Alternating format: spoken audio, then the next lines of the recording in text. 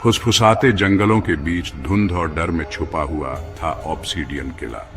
काले पत्थर का एक किला जिसके टावर आसमान को छूते थे, लाल चांद के सामने एक खतरनाक साया।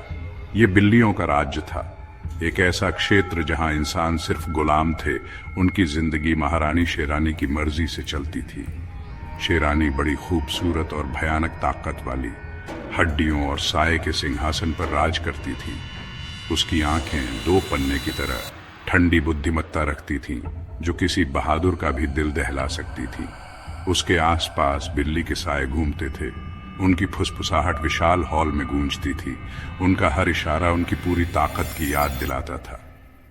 हवा में जंगली जड़ी बूटियों और किसी प्राचीन, किसी अदम्य चीज की गंध थी। ये बिल्लियों से पहले के समय की बात करती थी, एक ऐसा समय जब ये जंगल मिथक और कहानियों के जीवों का घर थे। अब उन समयों की सिर्फ फुसफुसाहटें बची थीं, जो पेड़ों से आती हवा में बहती थीं। ओकाहेवन के गांव वाले डर को जानते थे। ये उनके कपड़ों पर लगे धुएं की तरह उनसे चिपका रहता था, उनके अनिश्चित अस्तित्व की निरंतर याद दिलाता था। हर दिन वे महारानी के कुलीन रक्षक, लोहे के पंजे की निगरानी में काम करते थे। क्रूर और निर्दयी, वे शेरानी की इच्छा को बेरहमी से लागू करते थे। एक समय था, बुजुर्ग फुसफुसाते थे, जब इंसान जंगल के जीवों के साथ सद्भाव में रहते थे। प्रलय से पहले का समय, एक भयावह घटना जिसने पुरानी दुनिया को चकनाचूर कर दिया था और बिल्लियों के शासन की शुरुआत की थी। अब वो कहानियां दूर के सपनों की तरह लगती थी, आशा और निराशा से बुने हुए फीके टेपेस्ट्री।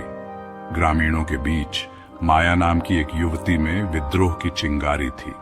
उसकी आत्मा वर्षों की गुलामी से अटूट आजादी के लिए तरस रही थी।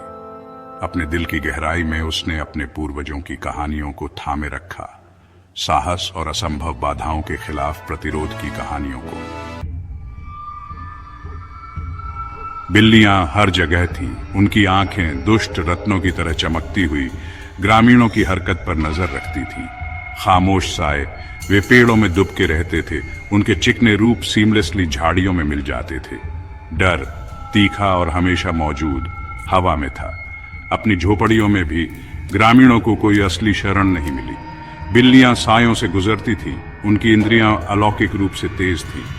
वे दिल की धड़कन सुन सकते थे, डर के हल्के से हल्के निशान को सूंघ सकते थे, और वे इसी पर पलते थे। ऐसी ही एक रात के दौरान, जब माया अपने परिवार के साथ एक छोटी सी आग के आसपास बैठी थी, उसने पहली बार फुसफुसाहट सुनी। वे पत्तों की सरसराहट की तरह आए, बेहोश और अस्पष्ट, फिर भी एक ऐसी तात्कालिकता से भरे हुए थे जिससे उसकी रीढ़ में कंपी दौड़ गई। फुसफुसाहट ने विद्रोह की बात की, एक भूली हुई शक्ति की जो जंगल के बीच में सुप्त थी।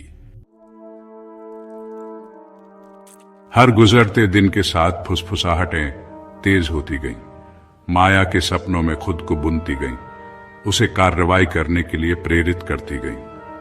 उन्होंने एक छिपे हुए ग्लेन की बात की, प्राचीन जादू की जगह बिल्लियों के दाग से अछूती। आवाजों ने वादा किया था कि वहीं उसे अपने लोगों की आजादी की कुंजी मिलेगी। एक ऐसी ताकत से प्रेरित होकर जिसे वह नकार नहीं सकती थी, माया ने चुपके से दूसरों को अपने साथ लाना शुरू कर दिया। उसने फुसफुसाहटें साझा की, उनके थके हुए दिलों में आशा के अंगारे जलाए। एक एक करके उन्होंने अपनी निष्ठा का वचन दिया। उनका डर मुक्ति की हताश लालसा को रास्ता दे रहा था।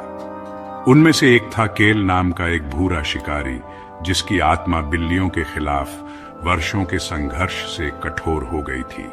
उसने उस अंधेरे को देखा था जो उनकी आंखों में दुबका हुआ था, ठंडी गणनात्मक क्रूरता जिसने उनके बिल्ली के समान ग्रेस को झुठला दिया था। वह उनकी लड़ाई में महत्वपूर्ण भूमिका निभाएगा। जंगल का उसका ज्ञान अमूल्य साबित होगा।